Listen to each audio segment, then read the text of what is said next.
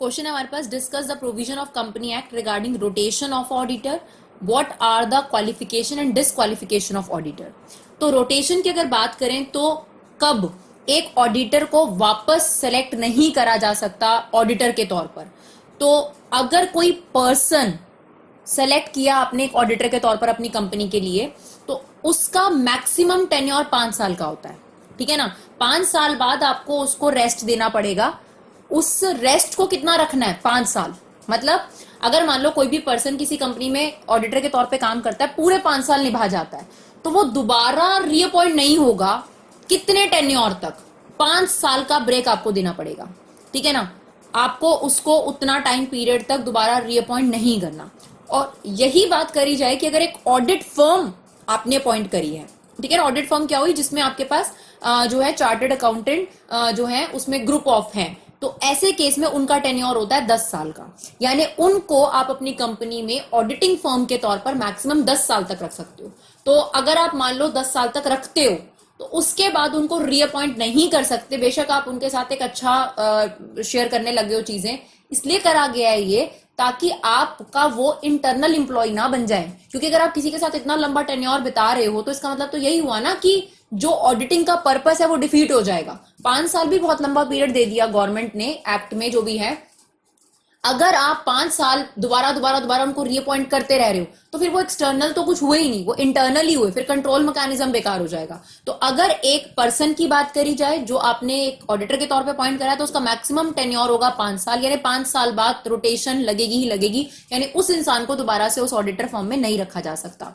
और अगर auditing firm है तो आपके पास 10 साल तक का पीरियड दिया गया है। लेकिन 1 पर्सन कंपनी और स्मॉल कंपनीज को इनसे एग्जेम्प्ट करा गया है।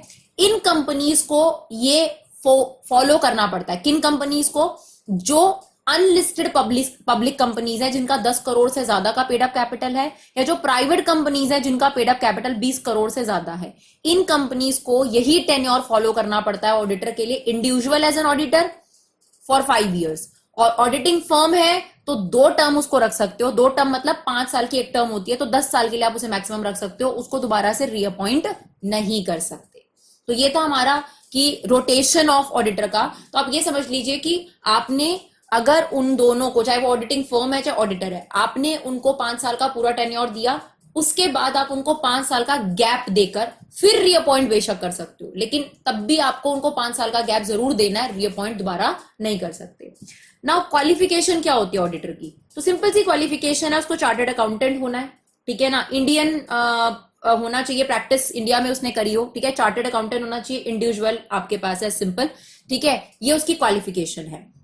और अगर हम फर्म की बात करें तो उस फर्म में मेजॉरिटी जो होने चाहिए, जो वो फर्म है पार्टनरशिप फर्म जिसको एक chartered accountant firm auditing firm के लिए अपॉइंट करा है किसी कंपनी ने, उसके मैक्सिमम जो मेंबर्स होने चाहिए वो सीए होने चाहिए। तो बस यही सिंपल सी क्वालिफिकेशन है कि अगर कोई भी पर्सन ऑडिटिंग के तौर पर या ऑडिटर के तौर पर क्वालिफाइड होना चाहता है, तो सिंपल सी क्वालिफिकेशन, एक इंडिविजुअल जो कि एक चार्टर्ड अकाउंटेंट है, और अगर एक फर्म है तो उसके मेजॉरिटी ऑफ जो मेंबर्स हैं वो सीए होने चाहिए।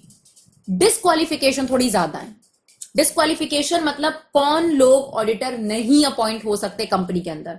तो जो भी कंपनी से डायरेक्टली और इनडायरेक्टली लिंक रखते हैं उनको बिल्कुल मनाही है कंपनी का ऑडिटर बनने के लिए। सिंपल सा रीजन है सर, ऑडिटर बाहर से आना चाहिए जो बिल्कुल आप कह सकते हो कि एक ऐसा रोल प्ले करेगा कि गवर्नमेंट के लिए भी और कंपनी के लिए वो मीडिएटर है, ना वो कंपनी की साइड पर है ना वो गवर्नमेंट की साइड पर है, उसको इन बिटवीन रोल प्ले करना है। तो बिल्कुल इम्पार्शियल रोल प्ले करने के लिए जरूरी है कि वो एक बाहर का पर्सन होना चाहिए। तो किन लोगों को डिस्क्वालीफाई करा गया? There is a list of the persons who are disqualified to be act as an auditor in the company. सबसे पहला, कोई भी प्राइवेट कंपनी, जो दूसरी कंपनीज होती हैं, उनको अलाउड नहीं है ऑडिटर बनना।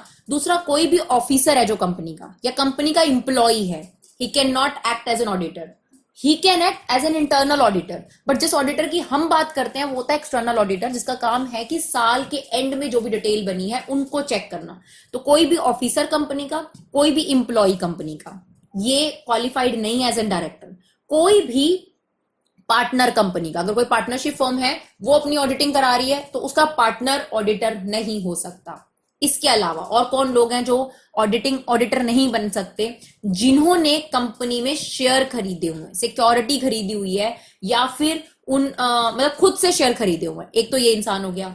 एक और है, या तो जिसके रिलेटिव ने कंपनी में 1 लाख से ज्यादा के शेयर खरीदे हैं। जैसे फॉर एग्जांपल, आपने तो शेयर नहीं खरीदे हुए, अब मान लो मैं सीए हूं, ठीक है ना, मैंने तो शेयर नहीं खरीदे हुए, मेरे किसी मासी ने या फिर मेरे मासी के बेटे ने शेयर खरीद रखे 1-2 लाख रुपए के या 1.5 लाख रुपए के, तब भी मैं उस कंपनी में ऑडिटर के तौर पर अपॉइंट नहीं हो सकती, क्योंकि इनडायरेक्टली मेरा वहां पर इंटरेस्ट आ गया उस कंपनी के अंदर, ठीक है। तो ये पर्सन भी डिस्क्वालिफाइड है। या कोई भी ऐसा इंसान जिसने कंपनी को 5 लाख से ज्यादा का लोन दे रखा है, ठीक है, वो इंसान भी कंपनी का ऑडिटर नहीं बन सकता। या फिर कोई भी ऐसा इंसान जिसने कंपनी के लोन के टाइम पर कोई गारंटी दे रखी है, आप उसके रिलेटिव हो, ठीक है, आपने गारंटी नहीं दे रखी, लेकिन आपके रिलेटिव ने कंपनी के लिए कोई सिक्योरिटी दे रखी है या किसी भी तरीके से कोई गारंटी दे रखी है, तो आप एक ऑडिटर के तौर पर एक्ट नहीं कर सकते।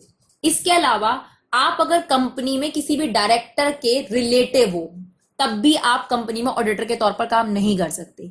या फिर कंपनी के अंदर जो बहुत क्रूशियल पर्सनल होते हैं, जो क्रूशियल ऑफिशियल पर्संस होते हैं, जो कंपनी में काम कर रहे हैं, जो भी इंप्लॉइज हैं कंपनी के अंदर, उससे आपका कोई रिश्ता हो या आप उसके रिलेटिव हो, तब भी आप कंपनी में ऑडिटर के तौर पे अपॉइंटेड नहीं हो सकते। या फिर सबसे इंपॉर्टेंट डिस्क्वालिफिकेशन, अगर आप एक साथ पहले ही 20 कंपनी की ऑडिटिंग कर रहे हैं, तो 20 कंपनी से ज्यादा की ऑडिटिंग एक ऑडिटर को नहीं अलाउ करी जाती, तो ऐसे केस में भी आप डिस्क्वालीफाई हो जाओगे। Last but the important one, अगर आपको कोर्ट ने किसी ऑफेंस में 10 साल से ज्यादा की सजा दी थी, आप 10 साल की सजा भुगत कर आए हैं, बेशक आप सीए थे, तब आप ऑडिटर के तौर पर किसी भी कंपनी में नहीं वर्क कर सकते, डिस्क्वालिफिकेशन है आपकी, राइट। तो these are the disqualification. Qualification बहुत कम थी, बट डिस्क्वालिफिकेशन आपके पास काफी सारी थी।